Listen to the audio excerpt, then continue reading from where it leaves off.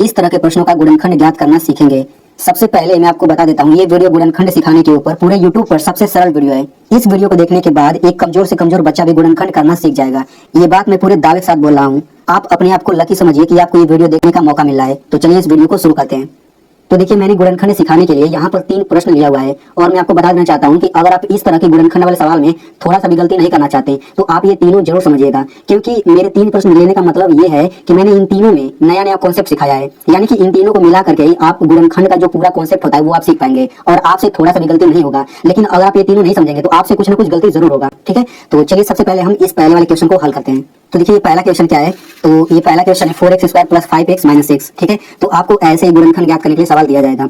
तो सबसे पहला काम आपको क्या करना रहेगा, तो ध्यान से समझिएगा। जो शुरू में संख्या दिया रहता है और जो अंतिम में संख्या दिया रहता है, सबसे पहले आपको इन दोनों का गुणा करना रहता है। ठीक है, तो 4 और 6 का गुणा करेंगे कितना आएगा, 4 × 6 = 24। तो मैं यहाँ पे 24 लिख लेता हूँ। ठीक है, यानी कि गुणनखंड वाले सवाल में सबसे पहले आपको यही काम करना रहेगा, शुरू वाली संख्या का अंतिम वाली संख्या में गुणा करना रहेगा। तो मैंने गुणा करके यहाँ पे लिख लिया। ठीक है, अब गुणा करने के बाद अब हम क्या करेंगे, देखिए अब आपको 2 संख्या खोजना है। ठीक है ना, अब कैसी 2 संख्या खोजना है इसको आप सुनिएगा ध्यान से। तो देखिए, मैंने गुणा करके 24 लिख लिया। अब आपको ऐसी 2 संख्या खोजना है कि अगर आप इन दोनों संख्याओं का गुणा करें तो 24 आ जाए और उन्हीं दोनों संख्याओं को घटाएं तो ये बीच वाला 5 आना चाहिए। ठीक है ना, यानी कि अब ध्यान से समझिए, अगर अंतिम संख्या के पहले, देखिए ये अंतिम संख्या के पहले जो ये चिन्ह है ना, ये बहुत मायने रखता है। अंतिम संख्या के पहले अगर माइनस है तो उन दोनों संख्याओं को घटा करके ये बीच वाला 5 लाना रहेगा। अगर अंतिम संख्या के पहले प्लस है तो उन दोनों संख्याओं को जोड़ करके ये बीच वाला लाना रहेगा। ठीक है ना, इतना आप ध्यान दीजिएगा, क्योंकि माइनस का मतलब घटाना होता है, प्लस का मतलब जोड़ना होता है। ठीक है, तो मैं यहाँ पे आपको एक बार फिर से बता देता हूँ कि आपको ऐसी 2 संख्या खोजना है कि अगर आप उन दोनों संख्याओं का गुणा करें तो 24 आ जाए और उन दोनों संख्याओं को घटाएं तो 5 आ जाए। तो वो दोनों संख्या खोजिए जरा। तो देखिए, आपको दोनों संख्या खोजने के लिए आपको पहाड़ा पढ़ना पड़ेगा, यानी कि आपको ये देखना पड़ेगा कि 24 किस किस पहाड़े में आता है। तो देखिए, 24 4 के पहाड़े में आता है, तो 4 × 6 = 24 होता है। ठीक है ना, तो मैं यहाँ पे 4 और 6 लिख लेता हूँ। देखिए, 4 और 6 का गुणा करने पर 24 तो आ जाता है। अब इनको घटा करके देखते हैं कि 5 आता है कि नहीं। तो घटाने के लिए हमेशा बड़ी संख्या में से छोटी संख्या घटाएंगे। तो 6 में से 4 घटाएंगे कितना आएगा, 2 आएगा। यानी कि जिन दोनों संख्या को हम लोग खोज रहे थे वे दोनों संख्या 4 और 6 तो नहीं है, क्योंकि हमें ऐसी 2 संख्या खोजना है जिनका गुणा करें तो 24 आ जाए और उनको घटाएं तो 5 आ जाए। ठीक है, लेकिन यहाँ पे इन दोनों का गुणा करने पर 24 तो आ रहा है, लेकिन घटाने पर 5 नहीं आ रहा है। तो अब हम दूसरा संख्या खोजेंगे। तो अब देखिए, 8 के पहाड़े में 24 आता है, 8 तरीका 24। ठीक है ना, तो मैं यहाँ पे 8 और 3 लिख लेता हूँ। तो देखिए, 8 और 3 का गुणा करने पर 24 तो आ जाता है। इनको घटाते हैं तो बड़ी संख्या में छोटी संख्या घटाएंगे कितना आएगा, 5। यानी कि जिन दोनों संख्या को हम खोज रहे थे वे दोनों संख्या 8 और 3 है, क्योंकि 8 और 3 का गुणा करने पर 24 भी आ जाता है, इनको घटाने पर 5 भी आ जाता है। तो हमने वो दोनों संख्या खोज लिया। तो आपको दोनों संख्या हर एक गुणनखंड वाले सवाल में खोजना रहेगा। ऐसे 2 संख्या खोजना रहेगा। जैसे इस वाले सवाल में दोनों संख्या 8 और 3 है, तो दोनों संख्या खोजने के बाद अब आपको क्या करना रहेगा वो आप ध्यान से समझिएगा। अब इन दोनों संख्या को 4 बार लिखिए। ठीक है ना, तो मैं यहाँ पे 4 बार लिखता हूँ। 8 3 1 बार हो गया, 8 3 2 बार हो गया, 8 3 3 बार हो गया, 8 3 4 बार हो गया। 4 बार लिखने के बाद आपको क्या करना रहेगा, आप क्या करिए, दोनों में प्लस प्लस लगा दीजिए, दोनों में प्लस प्लस, और यहाँ पर दोनों में माइनस माइनस का चिन्ह लगा दीजिए। अब इसके बाद हम क्या करेंगे, ये पहले में माइनस दूसरे में पहले में प्लस दूसरे में माइनस लगा देंगे। अब पहले में माइनस और दूसरे में प्लस। ठीक है ना, इतना हम करेंगे। इतना करने के बाद हम क्या करेंगे, देखिए इतना कर लेने के बाद अब हम इसको हल करेंगे। तो देखिए, +8 + 3 कितना आता है, ये आपका आ जाता है +11। -8 - 3 कितना आता है, -11 आ जाता है। ठीक है, +8 - 3 कितना आ जाता है, ये आपका आ जाएगा +5। -8 + 3 कितना आ जाता है, ये आपका आ जाएगा -5। ठीक है, अब इसके बाद ये हल कैसे हो गया, इसके बाद इतना कैसे आया, ये मैं आपको थोड़ा सा रूल बता देता हूँ। तो जल्दी मैं आपको यहाँ पे बता देता हूँ। तो देखिए ध्यान से, अगर प्लस प्लस का चिन्ह रहेगा तो दोनों संख्याओं को जोड़ते हैं और बड़ी संख्या के पहले का चिन्ह लगाते हैं। अगर माइनस माइनस का चिन्ह है तो दोनों संख्याओं को जोड़ते हैं और बड़ी संख्या के पहले का चिन्ह लगाते हैं। प्लस माइनस का चिन्ह है तो दोनों संख्याओं को घटाते हैं। दोनों संख्याओं को घटाने का मतलब है कि बड़ी में से छोटी संख्या घटाते हैं और बड़ी संख्या के पहले का चिन्ह लगाते हैं। माइनस प्लस का चिन्ह है तो दोनों संख्याओं को घटाते हैं और बड़ी संख्या के पहले का चिन्ह लगाते हैं। ठीक है ना, तो अब इसी ये रूल आप लोग स्क्रीनशॉट ले लीजिए, इसके बाद मैं आपको समझाता हूँ। ठीक है, तो देखिए इसमें प्लस प्लस का चिन्ह जोड़ते हैं तो 8 में 3 जोड़ा 11 आ गया और बड़ी संख्या 8 है, इसके पहले प्लस है तो मैंने यहाँ पे प्लस लगा दिया। ठीक है, माइनस माइनस का चिन्ह तो संख्याओं को जोड़ते हैं तो 8 3 11 आ गया, 8 बड़ी है तो इसके पहले माइनस है तो मैंने माइनस का चिन्ह लगा दिया। अब देखिए, प्लस माइनस का चिन्ह तो घटाते हैं तो बड़ा में से छोटा घटाते हैं, तो 8 में से 3 घटा 5 आ गया और 8 बड़ा है, प्लस का चिन्ह तो प्लस लगाते हैं। बिल्कुल उसी तरह इसमें भी। ठीक है, अब इतना कर लेने के बाद अब आप ध्यान से समझिएगा। देखिए, अब आपको बीच वाला जो संख्या है ना, अब इसके पहले देखिए प्लस है, अब आपको ये चिन्ह सही से देखना है। तो ये +5 है ना, तो अब देखिए +5 है ना, तो +5 इसमें इन चारों में कहीं ना कहीं जरूर आ जाएगा +5। तो देखिए +5 यहाँ पे है, यानी कि बीच वाला चिन्ह सहित इन चारों में से हमेशा कहीं ना कहीं जरूर मिलेगा। तो +5 यहाँ पे। अब हम क्या करेंगे, इसका इस्तेमाल करेंगे, इस गुणनखंड को आगे बढ़ाने के लिए इसका इस्तेमाल करेंगे। ठीक है ना, कैसे करेंगे वो आप ध्यान से समझिए। तो पहला वाला ये 4x², तो इसको हम शुरू में लिख लेंगे और जो यहाँ पे अंतिम है इसको अंतिम में लिख लेंगे। बीच में हम क्या लिखेंगे, तो देखिए बीच में हम यही लिखेंगे, बस हम यहाँ पे x बढ़ा देंगे क्योंकि इसमें x है, तो यही वाला उठा करके दोनों बीच में रख दीजिए। तो ये मैं बीच में लिखता हूँ क्या, +8x और ये हो जाएगा -3x। ठीक है, तो आपको इस तरीके से कर लेना है। अब मैं क्या करूंगा, इसको बॉक्स के अंदर कर लेता हूँ ताकि समझाने में आसानी हो। तो ये पहला बॉक्स बन गया, ये दूसरा बॉक्स, ये तीसरा बॉक्स हो गया, ये चौथा बॉक्स, ठीक है। अब हम क्या करेंगे, देखिए अब हम इनका विस्तार रूप लिखेंगे। अब विस्तार रूप क्या होता है तो ये आप समझ के चलिएगा। देखिए यहाँ पर विस्तार रूप समझने से पहले आप ये समझ लीजिए, x पर 2 घात का मतलब होता है कि x का हम 2 बार गुणा करेंगे, ठीक है। x पर 3 घात का मतलब होता है कि हम x का कितनी बार गुणा करेंगे, 3 बार गुणा करेंगे, ठीक है ना। तो यहाँ पर देखिए, यहाँ पे पहले वाले बॉक्स पर फोकस करिए, यहाँ पे 4 है तो हम 4 का क्या कर देंगे, इस तरीके से अभाज्य गुणनखंड कर देंगे। तो ये हो जाएगा 2 दूना 4, 2 एकम 2। अब ये जो 2 है ना, 4 के नीचे लिख दीजिए, लेकिन गुणा करके लिखिएगा, गुणा। x पर 2 घात का मतलब मैंने अभी बता दिया कि x का हम 2 बार गुणा करते हैं। तो पहले वाले बॉक्स का ये विस्तार रूप हो गया, तो इसको भी बॉक्स के अंदर हम लोग कर लेते हैं, ठीक है। अब देखिए पहले वाले बॉक्स के बाद प्लस है तो प्लस लगा दीजिए। अब दूसरे वाले बॉक्स पर फोकस करिए, तो देखिए इसमें 8 है और x है, तो जो 8 संख्या है ना, तो संख्या का इस तरह से कर लीजिए अभाज्य गुणनखंड। 2 चौक 8 हो गया, 2 दूना 4, 2 एकम 2, यानी कि 2 देखिए 3 बार है। तो हम क्या करेंगे, यहाँ पे लिखेंगे 2 गुणा 2 गुणा 2, और इसमें x है तो x भी लगा देंगे, यानी 8x का विस्तार रूप हो गया। इसको बॉक्स के अंदर हम लोग कर लेते हैं, ठीक है। अब क्या करेंगे, यहाँ पे देखिए तीसरे बॉक्स पहले माइनस है तो ये माइनस लगा दीजिए। अब 3x है तीसरे वाले बॉक्स में, तो 3 का हम अभाज्य गुणनखंड करेंगे ऐसे, तो 3 कम 3, ये 3 का 3 ही रहेगा, तो ये मैंने 3 लिखा, गुणा x है तो x लिख दिया। इसको बॉक्स के अंदर हम लोग कर देते हैं, ठीक है। अब देखिए माइनस, अब चौथे बॉक्स में 6 है तो 6 का क्या अभाज्य गुणनखंड करिए, तो 2 3 6 हो गया, 3 कम 3 हो गया, तो 2 गुणा 3 लिखेंगे यहाँ पे। तो ये हो जाएगा 2 गुणा 3, इसमें x नहीं तो इसमें x अपने मन से बढ़ाएंगे नहीं, ठीक है।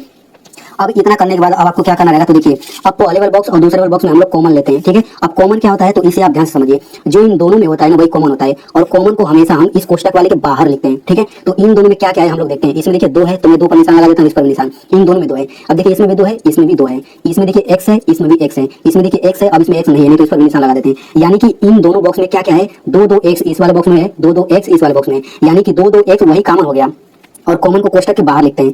तो 2 2 x को हम कोष्टक के बाहर यहाँ पे लिखेंगे, लेकिन गुणा करके लिखेंगे। तो गुणा कर लीजिए, तो 2 2 x का गुणा करेंगे, 2 दूना 4 और x, ये हो जाएगा 4x, यानी कि 4x। इसमें देखिए निशान वाला बाहर आ गया, यानी कि बस आप इतना समझिए ना कि यहाँ से 2 2 x बाहर आ गया, यहाँ से आ गया 2 2 x बाहर, ठीक है ना। अब यहाँ पे पहले वाले बॉक्स में इस पर निशान नहीं है तो इसको अंदर लिखिए, कोष्टक के प्लस है तो प्लस लिखिए, और यहाँ पर देखिए इस पर निशान नहीं है तो इसको भी यहाँ पर लिख दीजिए, ठीक है।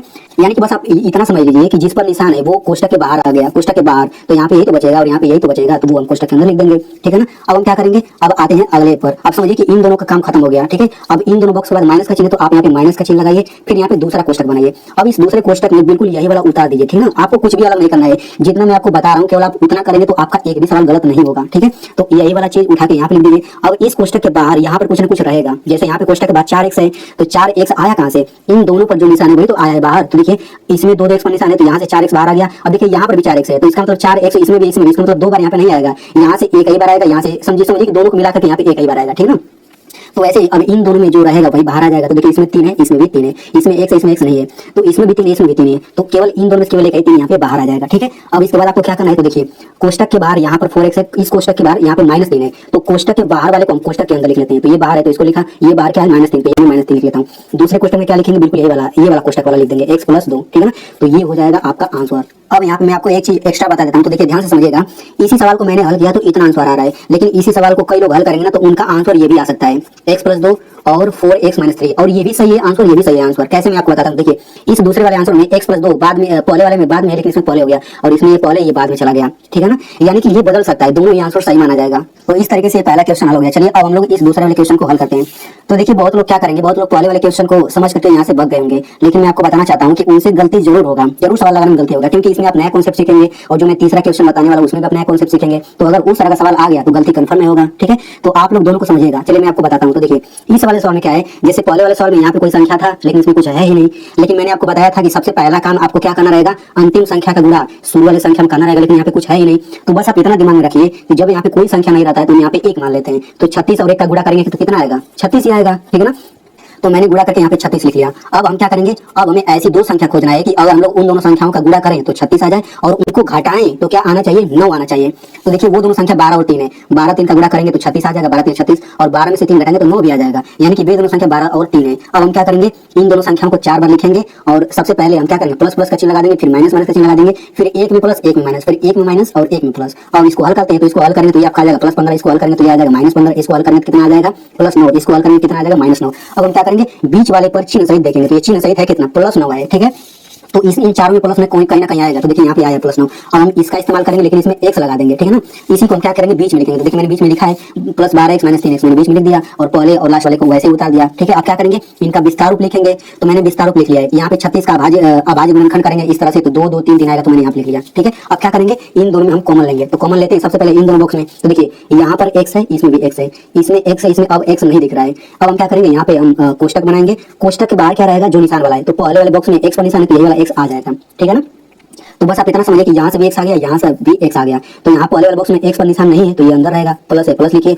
यहाँ पर देखिए इन तीनों पर निशान नहीं है, मतलब इनका गुणा करके अंदर लिखेंगे ना। तो गुणा करिए तो 2 2 4 3 12, यानी कि यहाँ पे 12 आ गया। इन दोनों कोष्टक का काम खत्म हो गया। इन दोनों के बाद माइनस का चिन्ह, तो आप यहाँ पे माइनस का चिन्ह लगाइए, यहाँ पर दूसरा कोष्टक बनाइए। अब इस कोष्टक पे आप यहाँ से मिलाइए नहीं, बिल्कुल यही वाला उतार दीजिए, ठीक है ना। देखिए जैसे मैं आपको बता रहा हूँ कॉमन लेने के लिए बिल्कुल वैसे लीजिएगा, आपसे हर एक सवाल होगा, ठीक है। अब देखिए इस कोष्टक के बाहर x है, तो इस कोष्टक के बाहर यहाँ पे कुछ ना कुछ रहेगा। वो क्या रहेगा, जो इन दोनों में है। तो देखिए इसमें 3 है, इसमें भी 3 है, इसमें x है, इसमें x नहीं है। इसका मतलब क्या कि देखिए यही वाला 3 यहाँ पे आ जाएगा, यहाँ से भी 3 आ जाएगा, और समझिए यहाँ से भी 3 आ गया। मतलब इन दोनों में से कोई एक यहाँ पे हम लिख देते हैं निशान वाला, ठीक है। अब हम क्या करेंगे, इसके बाद कोष्टक के बाहर x है और यहाँ पे कोष्टक के बाहर -3 है। तो कोष्टक के बाहर वाला हम कोष्टक के अंदर लिख लेते हैं, दूसरे कोष्टक में बिल्कुल ये वाला लिख लेंगे x + 12।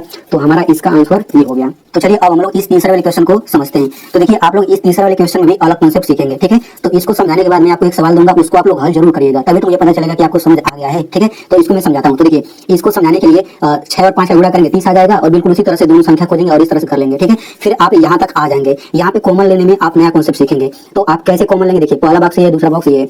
तो पहले वाले बॉक्स में 2 दिखा है, इसमें देखिए 2 है, इसमें 3 है, इसमें 3 नहीं है। इसमें देखिए x है, इसमें देखिए x है, इसमें x है, अब इसमें दूसरा x नहीं है, ठीक है। तो यहाँ पे हम कोष्टक लिखेंगे। कोष्टक के बाहर क्या रहेगा, जो निशान वाला है। तो पहले वाले बॉक्स में दो x पर निशान है, इसमें भी 2 x पर निशान है। तो किसी एक से 2 x उठा लीजिए, ये बाहर आ जाएगा। तो समझिए यहाँ से भी आ गया बाहर, यहाँ से भी बाहर आ गया। तो पहले वाले बॉक्स में किस पर निशान है, 3 और x पर निशान है। तो 3x यहाँ पे आ गया, प्लस है, प्लस लिखिए। इस पर देखिए 5 पर निशान है, तो ये 5 आ गया, ठीक है। अब इन दोनों का काम खत्म। इसके बाद माइनस है, तो माइनस लिखिए। फिर यहाँ पे अगला कोष्टक बनाइए और बिल्कुल यही वाला यहाँ पे लिख दिए 3x + 5। अब इस कोष्टक के बाहर यहाँ पे कुछ ना कुछ रहेगा। वो क्या रहेगा, जो इन दोनों में निशान लगेगा, जो इन दोनों में कॉमन रहेगा। तो देखिए इसमें 3 है, इसमें 3 नहीं है, इसमें x है, इसमें x नहीं है। तो अब यहाँ पे आपको समझना पड़ेगा। तो देखिए तो क्या होता है, इन दोनों में हमेशा कुछ ना कुछ कॉमन जरूर मिलेगा। यानी कि इन दोनों में आपको निशान ऐसे लगाएंगे तो इसमें और इसमें निशान हमेशा लगेगा, कुछ ना कुछ जरूर मिलेगा। लेकिन इन दोनों में क्या होगा कि कभी कभी इन दोनों में कॉमन नहीं मिलता है, यानी इन दोनों में कभी कभी निशान मिलता ही नहीं है। जैसे देखिए इसमें 3 इसमें 3 है, इसमें x है नहीं। तो वहाँ इस कंडीशन में हमें क्या करना रहेगा, हम यहाँ पे 1 बढ़ाएंगे। क्या बढ़ाएंगे, केवल 1 बढ़ा देंगे, ठीक है। तो आई होप आपको समझ आ गया होगा। इसके बाद हम क्या करेंगे, कोष्टक के बाहर 2x है, यहाँ पे -1 है। तो 2x - 1 यानी कोष्टक के बाहर वाला अंदर लिख लिया हमने कोष्टक के, और दूसरे कोष्टक में बिल्कुल ये वाला लिख देंगे 3x + 5। तो ये हमारा हो जाएगा आंसर, ठीक है। अब मैं आपको यहाँ पे सवाल देता हूँ, तो आप लोग इस सवाल का आप लोग आंसर जरूर बताइएगा कमेंट।